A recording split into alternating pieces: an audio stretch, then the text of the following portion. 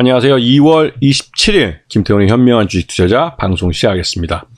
오늘은 제가 이 유튜브 방송을 첫 번째로 했던 레인보우 로보틱스에 대해 다시 한번 좀 리마인드하는 그런 방송을 준비했습니다. 최근에 저희 시장에서 이 인공지능 AI와 관련돼서 이 로보틱스하고 이 두 가지가 양대 축으로 좀 시장을 견인한다고 해도 과언이 아닐 정도로 이 두 개 테마가 시장에서 아주 핫한 주제가 되고 있습니다. 오히려 전기차 같은 경우는 이 두 테마가 쉬어갈 때 반짝하는 그런 모습을 보이고 있어서 오히려 실질적으로 매출 외형이나 돈을 그렇게 벌지도 못하는 이 인공지능과 이 로보틱스가 시장의 핵심적인 주제가 되고 있어가지고 이 양쪽 테마를 살펴보지 않을 수가 없습니다. 저도 이 유튜브 방송을 처음 시작할 때 뭘 갖고 할까 하다가 첫 번째 종목으로 레인보우 로보틱스를 예전에 선택해서 방송을 만든 기억이 납니다. 지금보다도 더 어떻게 보면 아마추어틱하게 했는지 모르겠지만 그때 레인보우 로보틱스라는 회사를 첫 번째 방송 소재로 잡은 이유도 시장 내에서 다른 어떤 종목보다도 비전이 있고 경기가 침체하더라도 대기업에 의해서 투자를 받기 때문에 계속 지속 성장을 할 수 있는 종목이라고 생각을 했기 때문이었습니다. 아니다 그러니까 삼성전자가 여기에 2대 주주로 참여하면서 레인보우 로보틱스는 시장 내에서 가장 핫한 종목이 되었죠. 지금 이 레인보우 로보틱스가 시장에서 관심받는 이유는 이 협동 로봇이라는 부분과 함께 이족 보행 로봇, 그것도 상업화된 이족 보행 로봇을 갖고 있다는 게 가장 큰 이슈가 되고 있죠. 거기다가 또 삼성전자가 투자해준 부분, 이게 또 시장에서는 매수의 이유가 되고 있습니다. 이 협동 로봇이라는 건 쉽게 말해서 인간과 로봇이 하나의 동일 생산 라인에 함께 들어가서 같이 협동해서 일을 한다는 그런 개념의 로봇입니다. 이게 과도기적인 관계로 볼 수 있는데요. 장기적으로는 인간이 그 생산 라인에서 아예 탈락을 하고 로봇만 남아서 생산을 하는 과거에 산업용 로봇 해가지고 부분 공정의 한 부분을 위험하고 좀 어려운 부분은 로봇이 투입이 돼서 생산하던 시기가 있었습니다. 근데 현재에서는 거의 전 생산 라인에 거쳐서 로봇과 사람이 같이 투입할 수 있을 만큼 이 로봇의 기술과 속도가 빨라졌죠.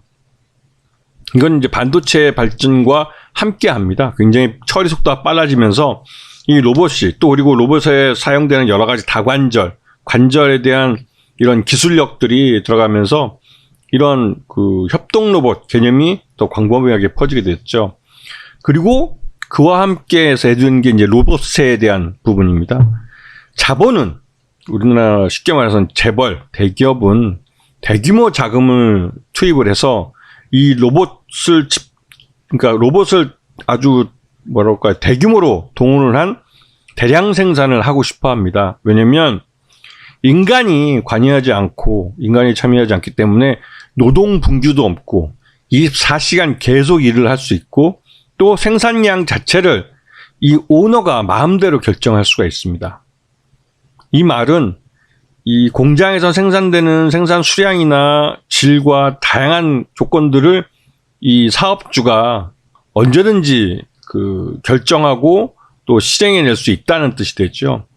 그렇게 되면 이 로봇으로 대량 생산할 경우 인간이 생산할 때보다 생산성은 훨씬 더 올라가고 또 그렇게 될 경우 생산량이 많아지기 때문에 가격을 또 합리적으로 낮출 수도 있고 긍정적인 부분이 있지만 결정적으로다가 사람들이 노동 일자리로부터 유리되고 이탈되는 그런 결과를 가져옵니다. 즉 대규모 실업이 전제되는 거죠. 우리나라에서 지금 삼성전자가 거의 한 몇십 년 만에 또 대규모 공장, 세계 최대의 반도체 공장을 짓는다고 하는데요. 그 공장에서는 사람이 별로 사람을 보기 어려울 거라고 합니다.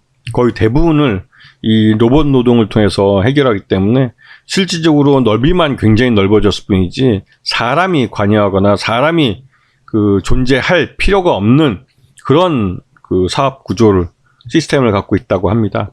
그렇기 때문에 그러한 그 사업 그러니까 삼성전자의 그런 대규모 스마트 팩토리에 들어가는 로봇들은 주로 이런 협동 로봇이나 이런 로봇들이 들어가서 일을 하게 돼 있죠. 지금 이 레인보우 로보틱스의 작년 3월달, 그러니까 3분기 실적을 놓고 본다면 지금 적자에서 흑자로 돌아섰고요. 그리고 지금 이 실적만 놓고 봐도 지금 레인보우 로보틱스의 실적은 주가는 지금은 굉장히 9만 원대의 높은 가격이지만 예전에 그 처음 이제 3분기 실적을 공시했을 작년만 하더라도 지금 그때 한 3만 원, 2만 원 할 때니까요. 그때 5만 7천 원, 한 6만 원까지 그 기업 가치가 나오던, 그리고 지금 4분기는 더 좋아질 거라는 얘기가 나와서 아마 이게 한 8만 원, 9만 원까지 올라갔을 가능성이 커 보입니다. 일단 기업의 실적에 따라서 주가는 재평가를 받고 삼성전자가 여기에 그러니까 지분을 2대주주 참여했다는 게 재료가 되지만 또 다른 한편으로 삼성전자가 레인보우 로보틱스에 일감을 주는 고객사로서의 위치가 있습니다. 그리고 이제 이 삼성전자가 여기에 그 투자를 해주고 전환사채를 또 발행해 놓은 게 있는데요. 전환사채는 최저 전환가까지 이미 내려갔다 왔기 때문에 이 레인보우 로보틱스의 주가에 영향 미칠 바가 없습니다, 이제. 왜냐면 주가 조정을 다 끝냈고 전환가격이 최저까지 갔다 왔기 때문에 이제는 주가가 얼마큼 올라가서 전환돼서 주식으로 뭐 매각이 되느냐, 이게 관건이 되겠죠. 지금 삼성전자 말을 여러 번 말씀드렸는데요. 레인보우 로보틱스의 2대 주주로 삼성전자가 참여하고 있고, 이게 평택의 가장 세계 최대 그 반도체 공장 그 복합체입니다. 여기가 이게 1번 라인, 그리고 2번 라인, 여기 3번 라인이고요. 이미 3번 라인이 다 올라갔습니다. 올라가서 이제 곧 안에 내부에 이제 생산 기계들을 채워놓을 차례고, 이 옆에 이 넓이만큼의 제4공장 터가 지금 터닫기를 하고 있습니다. 그래서 이 전체를 다 합쳐가지고 세계 최대의 반도체 생산 단지라고 얘기를 하고 있죠.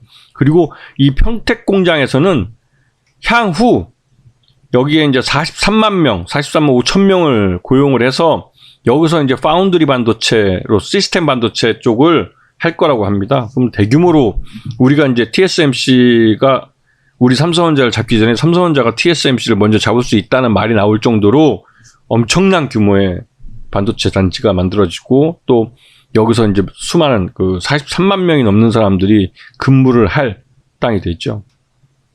그런데 여기에다가 레인보우 로보틱스의 이 로봇이 들어가서 협동 로봇으로서 이 반도체 생산 라인에 그 생산을 같이 도와주는 일을 할 가능성이 커 보입니다. 그렇기 때문에 레인보우 로보틱스는 협동 로봇 쪽으로도 삼성전자와 시너지를 낼 수 있고, 장기적으로 삼성전자가 하려고 있는 그 서비스 로봇 분야에서도 레인보우 로보틱스와 협력을 할 수가 있죠. 그런 식으로 본다면 레인보우 로보틱스에 대해서 삼성전자가 장기적으로 인수를 할 가능성도 있다는 기대감이 주가에 반영되고 있는 과정이라고 볼 수 있습니다.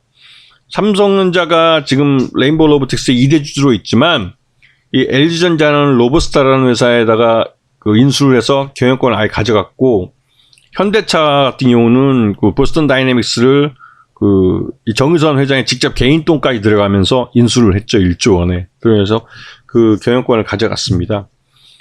거기에 비해서 이제 레인보우 로보틱스는 삼성전자가 2대 주주로만 참여하고 있어서 아직까지는 좀 간보는 단계라고 할까요? 그런 수준이라, 하지만 장기적으로는 레인보우 로보틱스를 잠재적으로 삼성전자가 인수할 수도 있겠다라는 생각이 듭니다. 그런 부분이 투자자들 심리에 작용하고 있기 때문에 레인보우 로보틱스는 장기적으로 기대감으로 어디까지 갈지는 모르겠습니다. 네. 왜냐면 주가라는 게 기대감으로 가고 실적으로 그 주가가 안정화되는 거기 때문에, 지금 레인보우 로보틱스의 매출 외형이나 그 수익성은 여전히 뭐 중소기업 형태밖에 머물고 있지 않지만, 장기적으로 삼성전자와 함께 더 높은 한 단계 점프업하는 실적 외형과 미래를 보여주지 않을까라는 기대감이 충분히 있는 종목이라고 말씀드릴 수 있습니다. 자, 오늘 방송 여기서 마치겠습니다. 감사합니다.